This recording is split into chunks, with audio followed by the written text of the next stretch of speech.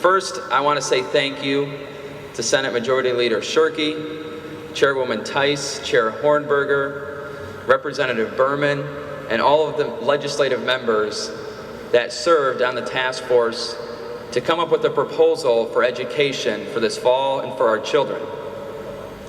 First, let me say this. I do believe that every local school leader, parent, and child in the state of Michigan deserves an apology. I do not believe that they have received the predictability or the plan or the insight from state government over the past several months that they deserve. And today we're going to make that right. Now, as legislators, we have heard from local school leaders all across the state. We've heard from parents. We've heard from teachers about what they are looking for from their state government. The plan that we're unveiling today is a necessary first step to cooperate with the administration to ensure that we have a healthy education for every single kid in the state of Michigan. The plan we're unveiling today will provide the certainty to our local school leaders that is needed. It will also provide the peace of mind for our parents that they're desperately craving right now. And it will also ensure that every single child in our state has the healthy, vibrant education that they deserve. This is a necessary first step to make sure that that happens, and I appreciate all the work that has been put into place and done by all the members standing behind me. And with that, it is my honor to pass it off now to Senate Majority Leader Mike Shirkey. Thank you, Mr. Speaker. It's a pleasure to stand up here on the podium with you and talk about a smarter, safer plan forward for our schools, our children, our families, and our future.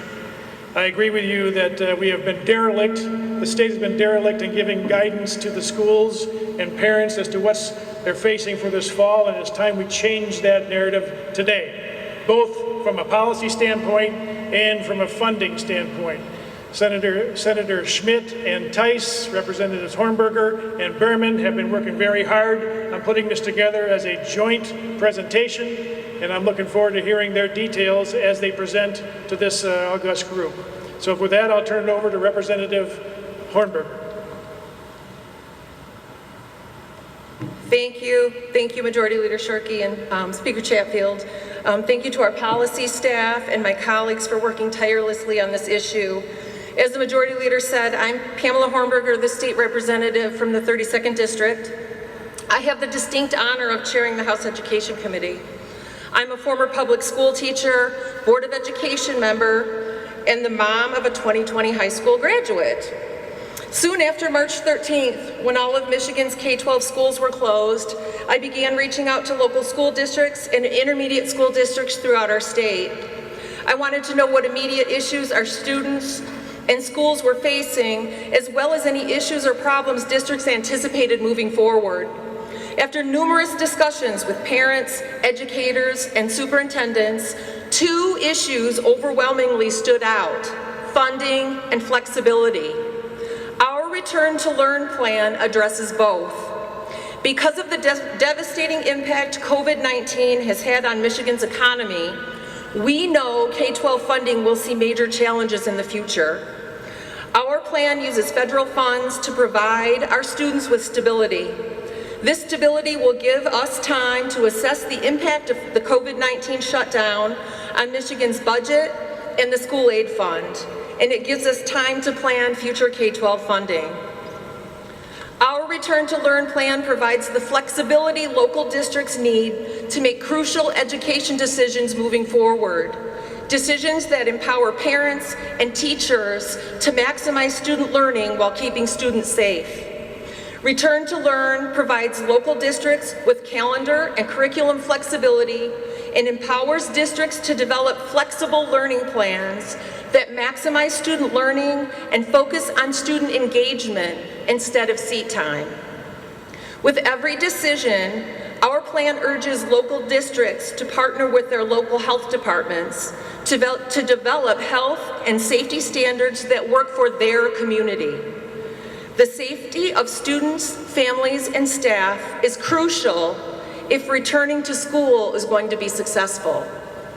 As we work through the many issues COVID-19 has forced local districts to deal with, we need to remember that we have a moral obligation to provide Michigan students and families with the best education possible. My colleagues and I are vested in ensuring that Michigan students have everything they need to learn and grow.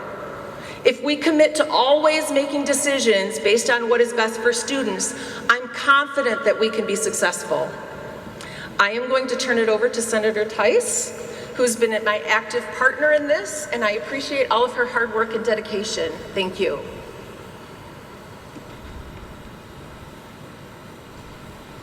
Thank you, Chairwoman. I want to say thank you. I want to say thank you to the House members who have been so receptive to new ideas and to improving our schools' education. I want to say thank you to my Senate caucus members who are also equally receptive. The stories that I've heard are of heroes and heartbreak. You've got the teachers who are working their tails off to make sure that the students get educated in an environment that they were not prepared to teach.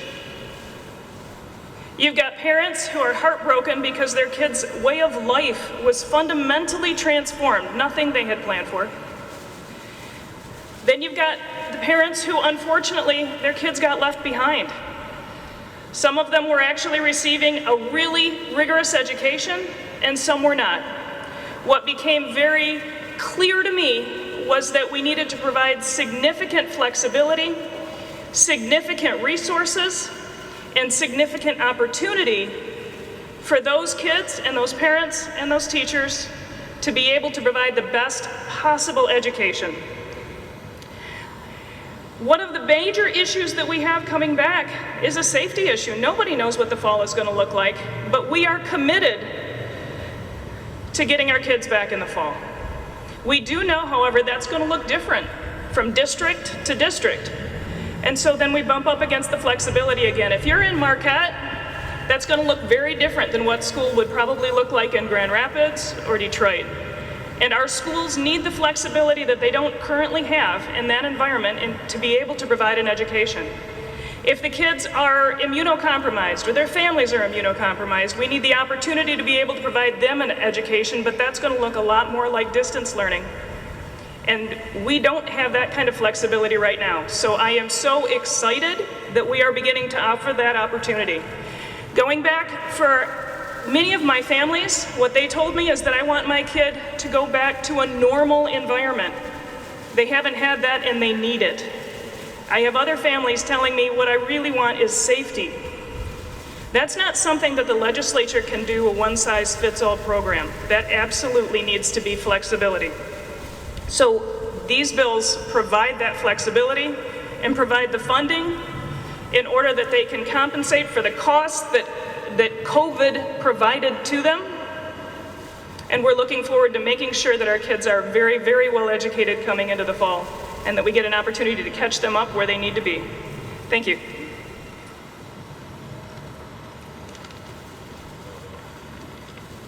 I'm Representative Ryan Berman, and I'm extremely proud to be standing here with my colleagues in both the House and Senate behind me who have prioritized this issue and put our students first. It's widely known that our state is facing massive budget shortfalls due to COVID-19. The deficit projections are out, and they're pretty high. Despite this challenge, we're working together to put our future generations in the best possible position to succeed. Those efforts aren't going to stop, not for a second and not for this fiscal year. School resources are going to be held harmless, and that's what this plan works to do. This legislation commits $800 per student for K through 12 and develops educational standards that are tailored to our times now.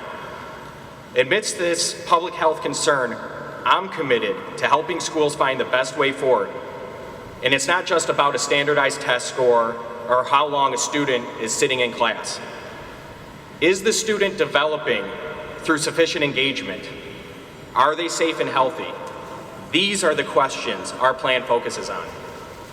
This legislation makes a commitment to our teachers as well.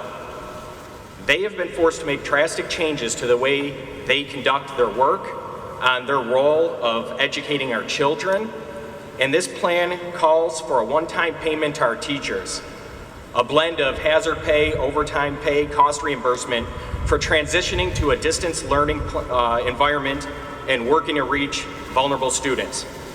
Intermediate school districts will also have access to $75 million in funding to meet the challenges presented by what we are facing.